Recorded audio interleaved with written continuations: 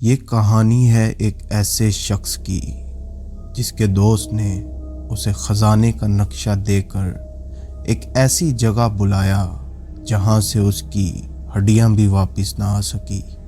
یہ ایک ایسا خوفناک اور دردناک سفر تھا جس کے بعد کئی عرصہ تک اس ملک پر سفری پابندی لگ گئی۔ فیل کر کے سننے کا مزہ ہی اور ہے، اس لیے اپنے ہیڈ فون پہن لیجئے۔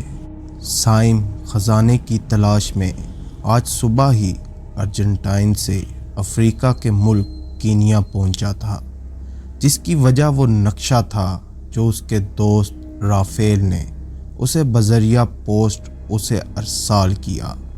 جیسے ہی سائم نے وہ لفافہ کھولا، اسے ایک خط اور ایک نقشہ دکھائی دیا۔ پہلے اس نقشے پر نظر ڈالی جس میں کچھ آڑی ترچھی لکیریں تھیں۔ ایک طرف درخت قطار در قطار، دوسری طرف دریا کے خد و خال بنائے گئے تھے۔ اسے اپنے دوست رافیل یاد تھا جو 1 سال قبل ارجنٹائن سے ہی خزانے کی تلاش میں افریقہ آیا تھا، مگر بعد میں اس کا کچھ پتہ نہ چل سکا۔ سائم نے جو ہی وہ خط کھولا، اسے ایک تحریر دکھائی دی جس میں لکھا تھا: سائم، تم کو یاد ہوگا میں گزشتہ سال افریقہ آیا تھا۔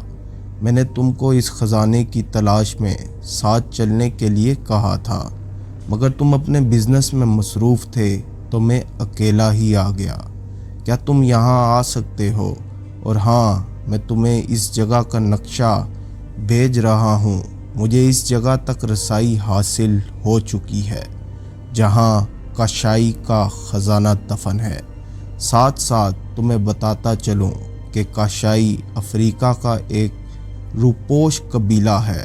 میں یہاں کس طرح کس روپ میں موجود ہوں، تم کو یہاں آ کر پتہ چل جائے گا۔ بہرحال تم آ جاؤ۔ افریقہ کے ملک کینیا آ کر تم ایک گاڑی ہائر کرنی ہے، پھر ہوٹل کا رخ کرنا ہے جس کے مینیجر کو تم نے صرف کاشائی کا کہنا ہے، وہ تمہیں گائیڈ دے کر وہاں تک پہنچا دے گا۔ اس گائیڈ کو صرف تم نے اتنا کہنا ہے کہ کاشائی کا کالا ستارہ تک جانا ہے، وہ تمہیں یہاں خود چھوڑ جائے گا، جبکہ دوست کاشائی کا خزانہ ہمارا انتظار کر رہا ہے۔ میں اکیلا یہ سارا خزانہ ارجنٹائن منتقل نہیں کر سکتا۔ ویسے بھی کاشائی قبیلے کے لیے اس خزانے کی کوئی ویلیو نہیں۔ یہ خط پڑھ کر سائم کو اپنا مستقبل روشن نظر آنے لگا۔ اس نے فوراً ہی مینیجر کو بزنس سنبھالنے کی ہدایت کی اور فوراً دستیاب فلائٹ پکڑ کر کینیا پہنچ گیا۔ پہلے اس نے گاڑی ہائر کی، پھر اسی طرح ہوٹل میں پہنچ کر گائیڈ سے ملا اور کاشائی قبیلے کی سمت چل پڑا۔ پورا دن چلنے کے بعد شام ڈھلنے کے بعد وہ اس مقام تک پہنچ گئے جہاں گائیڈ کے مطابق کاشائی کا کالا ستارہ موجود تھا۔ اس کے ساتھ ساتھ درختوں کی ایک لمبی قطار تھی جو جنگل کے سامنے سے نہ جانے کتنی دور تک چلی گئی۔ اسی وقت گائیڈ نے سائم سے ٹوٹی پھوٹی انگلش میں کہا کہ ہم کالا ستارہ پہنچ گئے ہیں، یہ دیکھو کاشائی کا نشان۔ جیسے ہی سائم نے گردن گھما کر دیکھا، اسے درختوں پر انسانی کھوپڑیاں لٹکی ہوئی نظر آئیں جن پر کالے ستارے بنے دکھائی دیے۔ اس نے گائیڈ سے کچھ معلوم کرنا چاہا، مگر ایک دم سے گائیڈ غائب ہو گیا۔ سائم کی اب عقل جواب دینے لگی، کیونکہ اس اکیلے جنگل میں رات ہونے کو تھی۔ دور کہیں شیروں کے دھاڑنے کی، ہاتھیوں کے چنگاڑنے کی آوازیں اب جنگل میں گونجنے لگی۔ آپ خود محسوس کیجئے ایک اکیلی رات کو جنگل میں کس طرح کی خوفناک آوازیں آتی ہوں گی۔ درختوں پر رسیاں لٹکی نظر آئیں، مگر غور سے دیکھنے پر اسے احساس ہوا کہ یہ سانپ تھے جو درختوں سے لٹکے ہوئے تھے۔ سائم نے پہلے رافیل کو بار بار آوازیں لگائی مگر کوئی جواب نہ ملا۔ اس نے اپنے آس پاس دیکھنے کی کوشش کی اور کمر پر لٹکے بیگ سے ٹارچ نکال کر اس نقشے کا جائزہ لینے لگا جو رافیل نے اسے بھیجا تھا۔ اس نے ٹارچ کی روشنی جنگل میں اندھیرے کی طرف ماری تو دور کہیں اسے پانی کی چمک دکھائی دی۔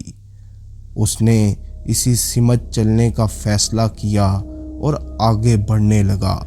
جہاں دریا کے پاس پہنچ کر وہ پرجوش سا ہو گیا کیونکہ نقشے کے مطابق وہ اس مقام تک پہنچ چکا تھا جہاں رافیل موجود تھا۔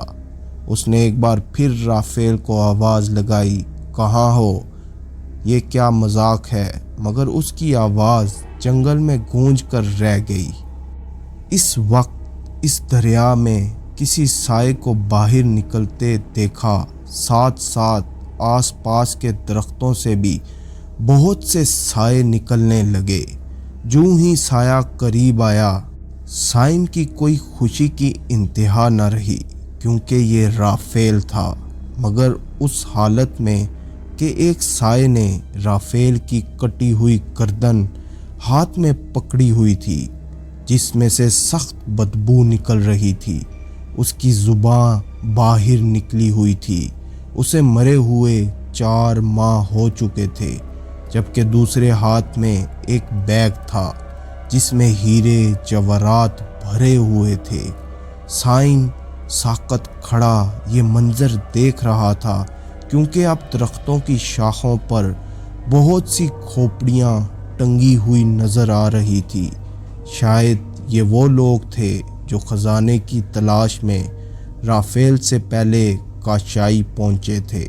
سائم جنگل کی اس رات میں یہ منظر دیکھ کر خزانے کی تلاش میں آنے کے لیے خود کو کوس رہا تھا کیونکہ خزانہ تو موجود تھا مگر وہ دریا بھی تھا، درختوں کی قطاریں بھی تھی، مگر اب سائم کے لیے سارے راستے بند ہو چکے تھے کیونکہ درختوں کے تنوں میں اب بہت سے کاشائی نکل رہے تھے، ہاتھوں میں نیزے، سر پر پرندوں کے رنگ کی لال پٹیاں، اور وہ سب سائم کی طرف بڑھتے ہوئے اس کی لاش کے ٹکڑے ٹکڑے کر کے کھانے کے لیے بےتاب تھے۔